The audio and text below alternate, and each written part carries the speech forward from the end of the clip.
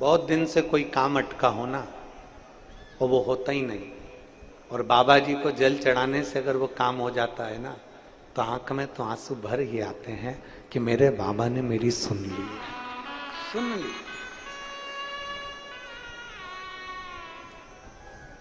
बैसाख के महीने में मट्टी के पात्र में भरा हुआ जल शिव को जरूर चढ़ाना चाहिए। मट्टी के पात्र का जल शंकर को जरूर समर्पित करना चाहिए।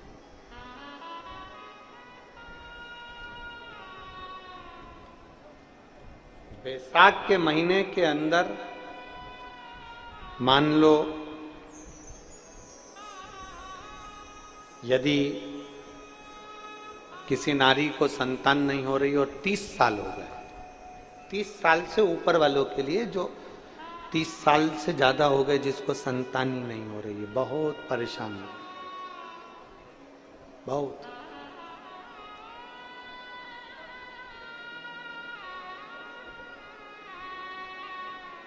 पीपल के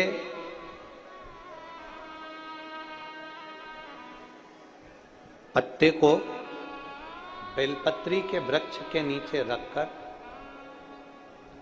पिपलेश्वर महादेव का नाम लेकर 7 बार अगर उस पीपल के पत्ते पर जल समर्पित किया जाए, और उसी पीपल के पत्ते को अगर वो स्त्री या पुरुष अपने घर ले जाए, गाय के दूध में उसको उकालकर दोनों पति पत्नी उस दूध को रात्रि को पीकर सुबह,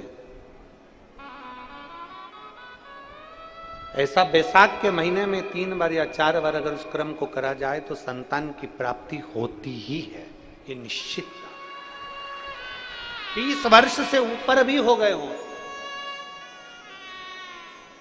क्योंकि काशी कोई साधारण नहीं है, साधारण नहीं। हरिद्वार के गंगा जल को भरकर लाया जाता है, गंगोत्री के गंगा जल को भरकर लाया जाता है, प्रयागराज के गंगा जल को भरकर लाया जाता है। तुम जहां जाओगे वहां के गंगा जल को भरकर लाया जाता है, केवल काशी का गंगा जल भरकर नहीं लाया जाता। काशी का गंगा जल भरकर क्यों नहीं लाते? क्योंकि काशी के गंगा जल में छोटे छोटे जीव होते हैं, उसकी रज में जीव होते हैं, उस काशी की भूमि पर जीव होते हैं, वो जीव गंगा के जल में होते हैं, और ना जाने कितना उन्होंने पुण्य करा होता है, तब जाकर उनका काशी में जन्म होता है। और जन्म भी इसलिए लेते हैं कि काशी में प्राण छोड़ेंगे तो हमारा दूसरी बार जन्म नहीं होगा, और हम वो गंगा जल में अगर उनको भर कर ले आते हैं तो वो जीव भी हमको बद्दुआ देते हैं कि मैं तो मुक्ति के लिए काशी में रह रही थी, तू मुझे भर कर ले गया, मैं मेरे मोक्ष के लिए रह रही हूं, मैं मुक्ति के लिए रह रही हूं। शिव महापुराण की कथा कहती है, ब्रज की रज में जाना तो ब्रज की रज को उठाकर नहीं लाना, गोवर्धन नाथ जी की परिक्रमा करने जाना तो गोवर्धन नाथ जी के शिलाखंड को मेरे गिरिराज बाबा को लेकर मत आना। आप किसी तीर्थ में घूमने के लिए जाना तो वहां की रज को लेकर मत आना, ना जाने उस रज में, उस जल में ना जाने कितने जीव होंगे जो तप कर रहे होंगे, साधना कर रहे होंगे, और भगवान से प्रार्थना कर रहे होंगे कि आपके चरण की रज मिलेगी। कोई संत के चरण की रज, कोई सतगुरु के चरण की रज, कोई जीव के चरण की रज मिलेगी और कल्याण हो जाएगा। हाँ, अगर काशी में भी तुम्हें गंगा जल लाना है तो काशी के गंगा जल को लाने से पहले शंकर जी को समर्पित कर कर 1 लोटा जल शिव को चढ़ा दो पहले, फिर वहीं से भरकर मेरे बाबा से आज्ञा लेकर उस काशी के जल को लेकर आ जाओ कि बाबा अब गंगा जी का जल नहीं, मुझे आपका चढ़ा हुआ मस्तक का जल लेकर जा रही हूं, जो संपूर्ण जीवों का कल्याण करने वाला है। जिस काशी का केवल नाम उच्चारण ही हमारे जीव की कल्याण कर देता है। 5 बार काशी काशी बोला, जीव का उद्धार हो गया।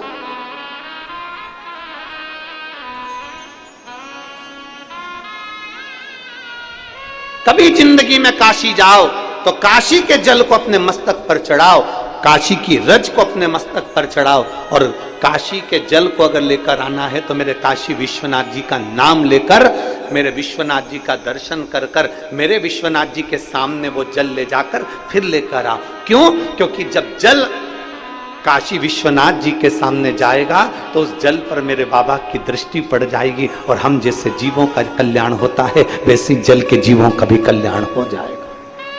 जाओ शिव तत्व को पाने। कितने जीव रहते हैं काशी में, उनकी गति, उनकी मुक्ति शिव तत्व से। ओगड़दानी, त्रिकालदर्शी, कैलाशी, अविनाशी, शंकर, जो त्रिलोकी का नाथ है। देवर्षि नारद नहीं जा रहे उनके पास, क्योंकि शिव को पहचानना ही तो कठिन है।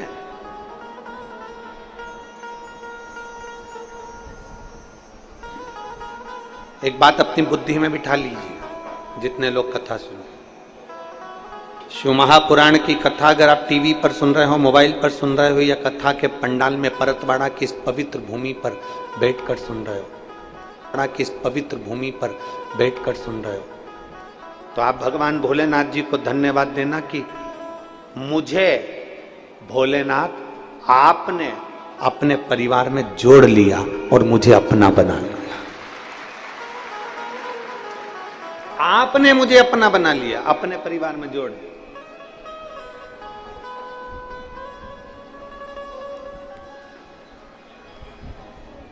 बहुत भटके थे, बहुत। एक माँ बैठी है जिसके बच्चेदानी में गठान हो गई थी, और गठान भी कोई साधारण नहीं थी।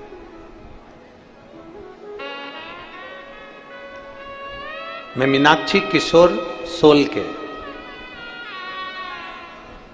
तालुका मेहकर ही है मेहकर, तुम लोग समझ गए ना? ठीक है।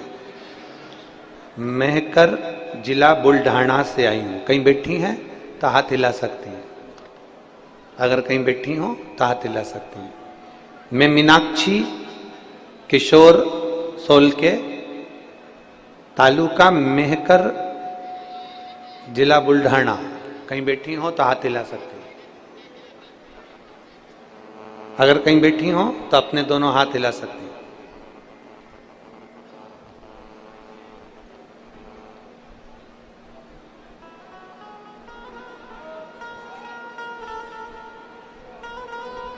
गुरुजी, मेरे हार्ट में छेद था दिल के अंदर। 2017 में मैंने ऑपरेशन करा लिया था।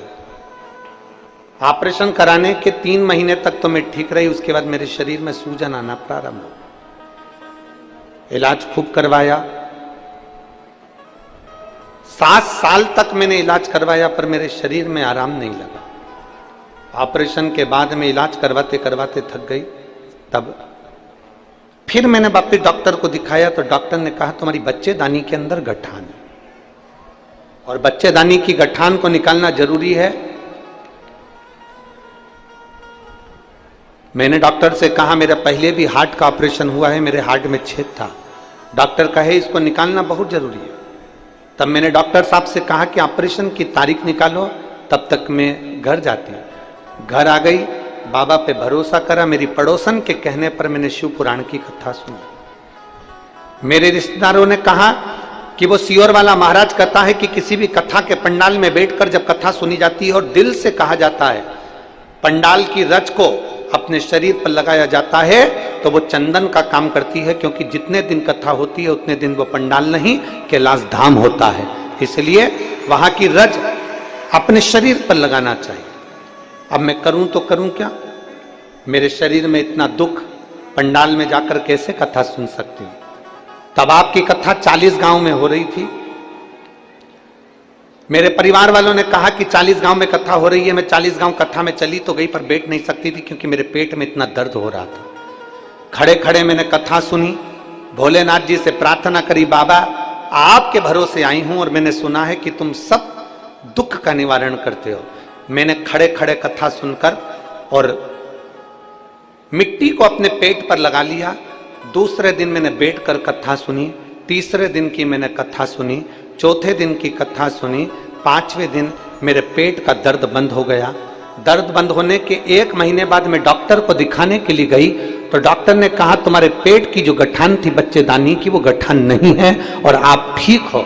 मैं बाबा को धन्यवाद देने के लिए यहाँ पर आई हूँ, बाबा को प्रणाम करने के लिए आई हूँ। मैं मीनाक्षी किशोर सोल के तालुका मेहकर जिला बुल्ढाना से आई हूँ। कहीं बैठी हो तो एक बेलपत्र लेने के लिए आ सकती हैं। मेरा मोबाइल नंबर ये है। जिन पत्र को हम पढ़ते हैं उन पत्र पर मोबाइल, कहीं बैठी हैं क्या? उन पत्र पर मोबाइल नंबर भी रहता है। जिसने लिखा, नाम लिखा, एड्रेस लिखा, शिव तत्व की प्राप्ति, एक शंकर का अनुमोदन,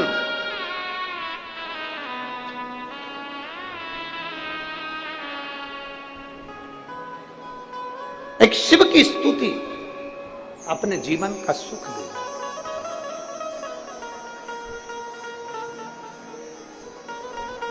आपको लगता होगा परतवाड़ा वालों कि कथा तो बहुत होती रहती है परतवाड़ा में, आए दिन कथा चलती रहती है। शिव महापुराण में ऐसा क्या है? हम कहते हैं कि पूरे परतवाड़ा वालों को निवेदन करेंगे, सुबह 9:30 बजे से 12:30 बजे तक कथा है और टीवी पर भी इतनी बजे कथा है। 12:30 बजे के बाद अपनी दुकान खोलना। बाबा रोज तुम्हारे दरवाजे पर नहीं आता, वो लुटाने। 12:30 बजे के बाद दुकान खोलो, 12:30 बजे तक बाबा के भक्तों आए हैं, इनकी सेवा करो। घर पे थोड़ा सा बेसन रोटी बना लो, इनको खिलाओ। पानी की बोतल लाओ, पानी भर कर पिलाओ। घर से रसना कोल्ड ड्रिंक घोल कर लियाओ, थोड़ी ठंडाई पिला दो। जिन जिन ने यहाँ पानी के बड़े बड़े प्याऊ लगाए हैं उनको मैं हाथ जोड़कर निवेदन करता हूं, आपको साधुवाद, धन्यवाद, बहुत बहुत धन्यवाद। करो सेवा। और बैसाख महीने में सेवा मिली है, ये खाली नहीं जाएगी। एक इतनी बड़ी डायरी खरीदो, 5 रुपए का अगर किसी को पानी पिलाया है तो डायरी में लिखना कि 6 तारीख को 3:30 बजे या 12 बजे या 10 बजे 11 बजे मैंने एक बाई को पानी पिलाया, 5 रुपए का पिलाया। 1 महीने के बाद हमें पत्र लिखकर भेजना कि वो 5 रुपया तुम्हारा 5000 हुआ कि नहीं हुआ, वो लिखकर जरूर भेजना। अरे लुटा दिया भंडार काशी वाले ने और कर दिया माला माल काशी वाले ने। वो दिन रात लुटाता। देवऋषि नारद समझ नहीं पाए, देवऋषि नारद की चित्तवृत्ति में नहीं बैठ पाया। देवऋषि नारद को तो लगा दुख आए ना, किसी के पास जाकर मत रोना, किसी के पास।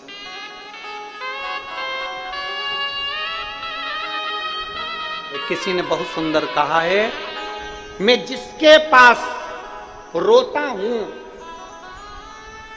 मैं जिसके सामने रोता हूं, वो मुझे कहीं और रोने नहीं देता है।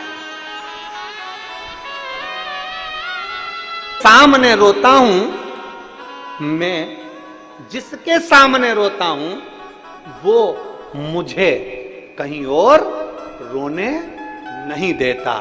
जो शंकर के पास जाकर अपने दुखड़े को बोल देता है, फिर वो दुखड़ा शिव काट देता है, फिर उसको कहीं जाने की जरूरत नहीं पड़ती, किसी के आगे रोने की जरूरत नहीं।